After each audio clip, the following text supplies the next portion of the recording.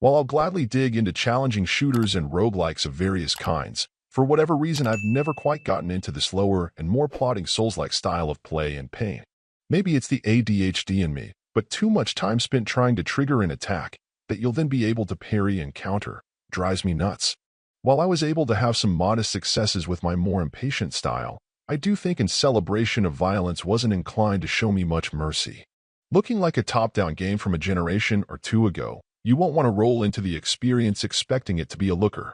From the initial, and in some ways laughably limited, character creation screen to the towns, to the many things you'll try to slay, it has a decidedly simplistic style.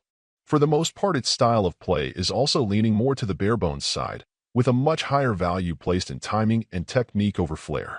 Almost out of the gate you'll be hitting the countryside, full of procedural groupings of animals as well as some unsavory sorts who won't take kindly to you attacking them. For best results, you'll want to take some time getting to know and understand the flow of battle, though it will vary somewhat between melee fighters and those who will attack you at range, as in general carelessness will lead to death. Where my issues really sit with the experience is more the somewhat aimless feel it has as you embark.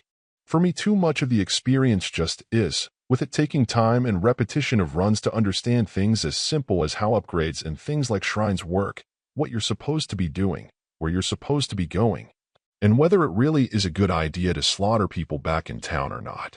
I'm guessing this is by design in some way, or it could simply be by simple omission. But at this point, even challenging games will generally try to give you some guidance to follow, and by comparison this left me feeling too left to my own devices. I'm certain that can have appeal to some, but as someone who values my time, I'm not a fan. Setting aside the somewhat clunky nature of the game's look and general feel, on the whole it does feel like a world put together by design. Whether or not it fits my tastes may well vary with others, and I can appreciate that discovery and working out all of the game's systems and nuances has appealed to some communities.